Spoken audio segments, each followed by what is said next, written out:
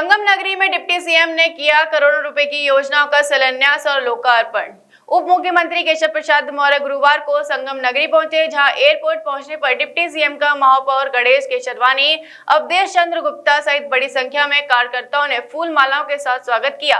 11:30 के करीब वह परेड मैदान पहुंचे, जहां ग्राम विकास से जुड़े 342 निर्माण कार्यों का लोकार्पण और शिलान्यास किया और केंद्र सरकार की उपलब्धियों को गिनाते हुए आगामी चुनाव की हुंकार भी भरी।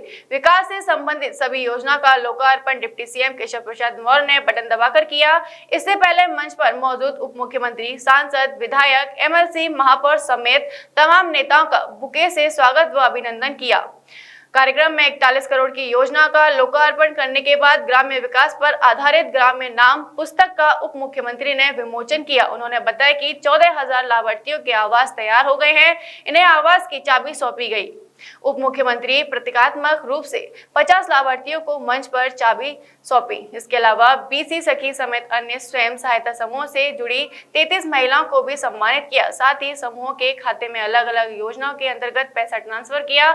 इस मौके पर अच्छा काम करने वाले ग्राम प्रधान एवं सचिव भी सम्मानित किए गए।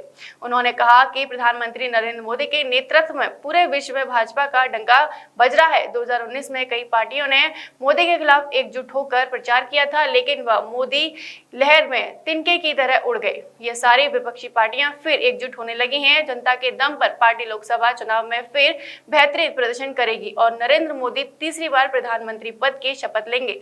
उन्होंने कहा कि प्रदेश की सरकारी योजनाओं, उज्ज्वला योजना, आयुष्मान भारत योजना, किसान सम्मान निधि, आवास योजना और जन धन योजना का लाभ सभी को बिना भेदभाव के दिया जा रहा है। उप मुख्यमंत्री केशव प्रसाद मौर्य ने कहा कि 2024 के लोकसभा चुनाव में भाजपा बम्पर जीत दर्ज करेगी। प्रदेश की 80 में से 80 सीटों पर प्रत्याशियों की विजयी होगी।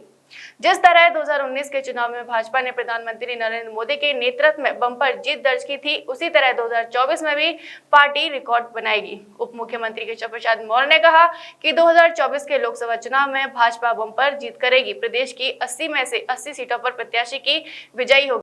काम करें, आलसी न बने काम। मैंने इसलिए कहा है कि सरकार के माध्यम से गरीब कल्याण की बहुत सारी योजनाओं का लाभ दिया जा रहा है। क्योंकि मैं गरीब के नाते गरीब घर में पैदा हुआ हूँ, गरीबी के दर्द को जानता हूँ। कई बार जब गांव में सब कुछ मिलने लगता है तो लोग काम करना बंद करते हैं।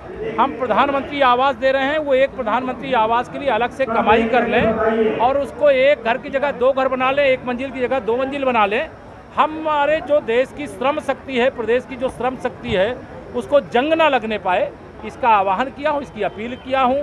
चाहे वह वृक्षों की रक्षा हो, चाहे जलाशयों की रक्षा हो, चाहे विलुप्त हुई नदियों को पुनर्जीवित करने का मामला हो, और चाहे योग दिवस का मामला हो, और चाहे महिला सशक्तिकरण का मामला हो, चाहे 35 लाख करोड़ के निवेश में प्रयागराज और प्रदेश के अंदर जो वातावरण बनने वाला है उसमें नौजवानों को आगे बढ़ाने का मामला हो।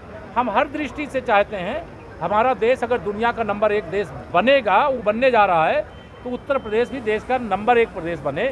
की हत्या हुई है, क्या कहेंगे इसको लेकर? नहीं, देखिए, पुलिस की सुरक्षा में इस प्रकार की हत्या की घटना निश्चित तौर से सरकार के लिए भी चिंताजनक है, पुलिस के लिए भी चिंताजनक है, और इसको बहुत गंभीरता से लेकर के उसकी एसआईटी गठित हुई है, उसकी भी जांच हो रही है। और यहाँ इलाहाबाद की प्रयागराज की जो घटना है उस पर भी एसआईटी भी है, आयोग भी है, वह जांच चल रही है।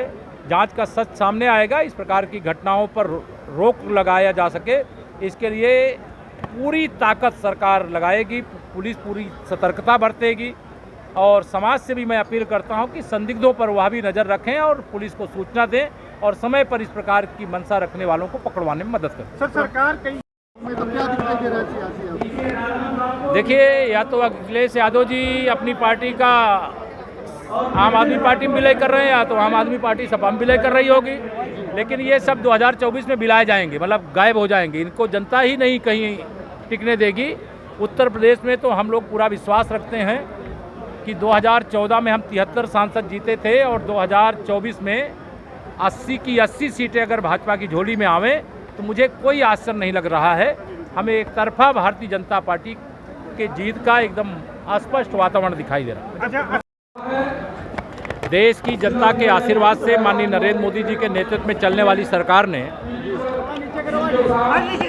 पूरे हिंदुस्तान में 4 करोड़ से अधिक गरीबों को प्रधानमंत्री आवास देने का कार्य किया है।